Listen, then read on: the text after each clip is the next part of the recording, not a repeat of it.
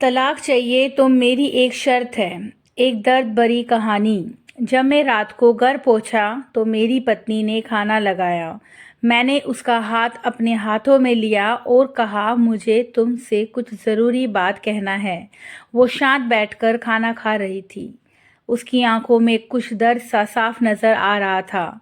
मुझे नहीं पता कैसे कहूँ, मगर मुझे उसे बताना ही था।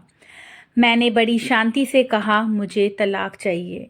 लगा जैसे उससे मेरे शब्दों से कुछ फ़र्क नहीं पड़ा, बल्कि उसने मुझसे पूछा, क्यों तलाक चाहिए। मैंने उसके सवाल को अनसुना किया तो उसे गुस्सा आ गया। उसने चम्मच उठाकर फेंक दिया और ज़ोर से चिल्लाई, तुम इंसान नहीं हो।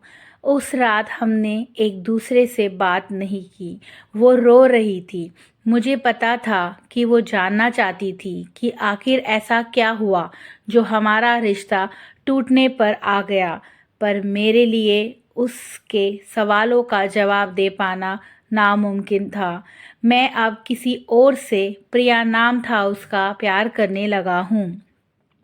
अब मुझे उससे प्यार नहीं रहा। मैंने उसे उसके बरसों के प्यार की सज़ा दी थी। बड़े मन से मैंने तलाक के पेपर तैयार किए। उसमें लिखा था कि वो पूरा घर, कार और कंपनी की 30% शेयर ले सकती है इस तलाक के बदले में। लेकिन उसने उन पेपर्स को देखा और उनके टुकड़े टुकड़े कर दिए। वो औरत जिसने मेरे साथ जीवन के 10 साल बिताए थे, वो आज मेरे लिए अनजान हो चुकी थी। मैं क्या करूं? जो हो चुका उसे मैं बदल नहीं सकता था, क्योंकि मैं किसी और से, अपनी पत्नी से भी ज़्यादा प्यार करने लगा था। आखिरकार उसके सब्र का बांध टूट गया और वो फूट फूट कर मेरे सामने रोने लगी। मेरे लिए उसका रोना एक तरह से उसकी रिहाई की तरह था। तलाक की ये बात जो कई दिनों से मुझे परेशान कर रही थी।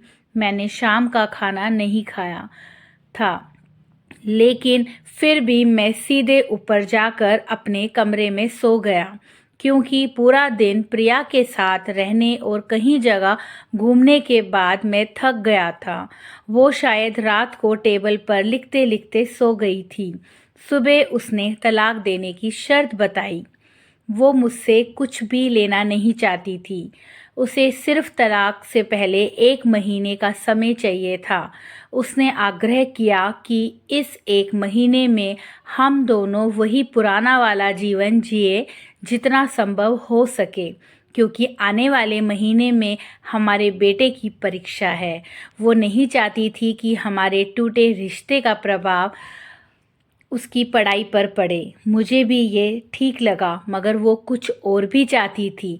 जैसे शादी के दिन मैं उसे उठाकर अपने शशकश तक ले गया था, उसी तरह हर रोज़ 1 महीने तक मैं उसे शयनकक्ष से उठाकर मुख्य द्वार तक ले जाऊं। मुझे लगा ये पागलपन है, मगर इन आखिरी दिनों को थोड़ा अच्छा बनाने के लिए मैंने उसकी ये शर्त स्वीकार कर ली। मैंने प्रिया को अपनी पत्नी की सभी शर्तें बताई। वो हंसने लगी। उसे लगा मेरी पत्नी कितने भी तरीके अपना ले, तलाक होना तो तय है। मेरी पत्नी और मैं किसी से भी इस दौरान नहीं मिले थे, लेकिन उस दिन जब मैं उसे पहली बार उठाकर गेट तक लेकर गया तो हम दोनों काफ़ी अजीब महसूस कर रहे थे।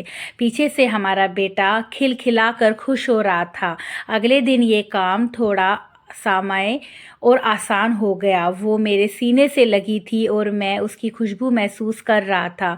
ऐसा लगा जैसे कई दिनों बाद मुझे ये खुशबू मिल रही थी, या फिर कई दिनों से मैंने उसके होने का महसूस नहीं किया था। पहले जितनी उसमें वो कसाव नहीं था, और चेहरे पर कुछ हल्की झुर्रियाँ नज़र आ रही थी और बाल भी सफ़ेद होने लगे थे। ये वही औरत थी जिसने अपने जीवन के 10 साल मुझे समर्पित किए थे, चौथे दिन जब मैंने उसे उठाया तो वो पुरानी रोमांच लौटने लगी। 5वें दिन और छठे दिन वो पुराना प्यार फिर जागने लगा। मैंने प्रिया को इस बारे में कुछ नहीं बताया था। अब उसे उठाना और आसान हो गया था। शायद हर रोज़ ये सब करने का मैं आदी हो गया था। एक दिन वह अपनी पसंद की साड़ी निकाल रही थी, लेकिन कुछ खास नहीं ढूंढ पाई। उसने सांस भरते हुए कहा कि उसके सारे कपड़े बड़े पड़ने लगे हैं। तब मुझे पता चला कि वो काफ़ी दुबली हो गई है और इसीलिए मैं उसे आसानी से उठा पा रहा था।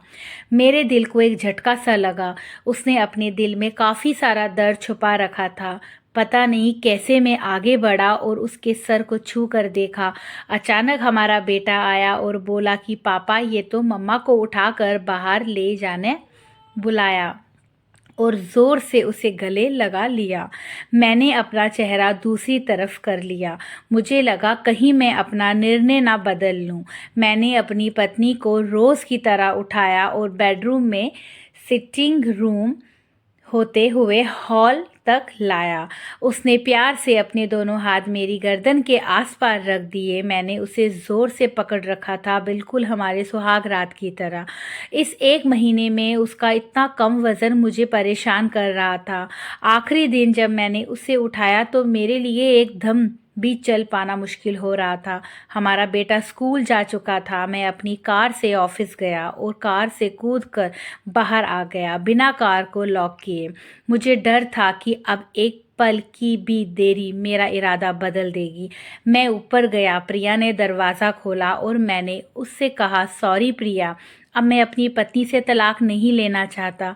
उसने मुझे देखा और मेरे सर पर हाथ फेर कर कहा, तुम्हें बुखार तो नहीं? मैंने उसका हाथ हटाया और कहा, सॉरी प्रिया, अब मुझे अपनी पत्नी से तलाक नहीं चाहिए। हमारी शादीशुदा ज़िंदगी शायद हम दोनों के ध्यान ना देने की वजह से बेरंग हो गई थी, लेकिन इसका मतलब ये कतई नहीं है कि हम एक दूसरे से प्यार नहीं करते। प्रिया के होश उड़ गए।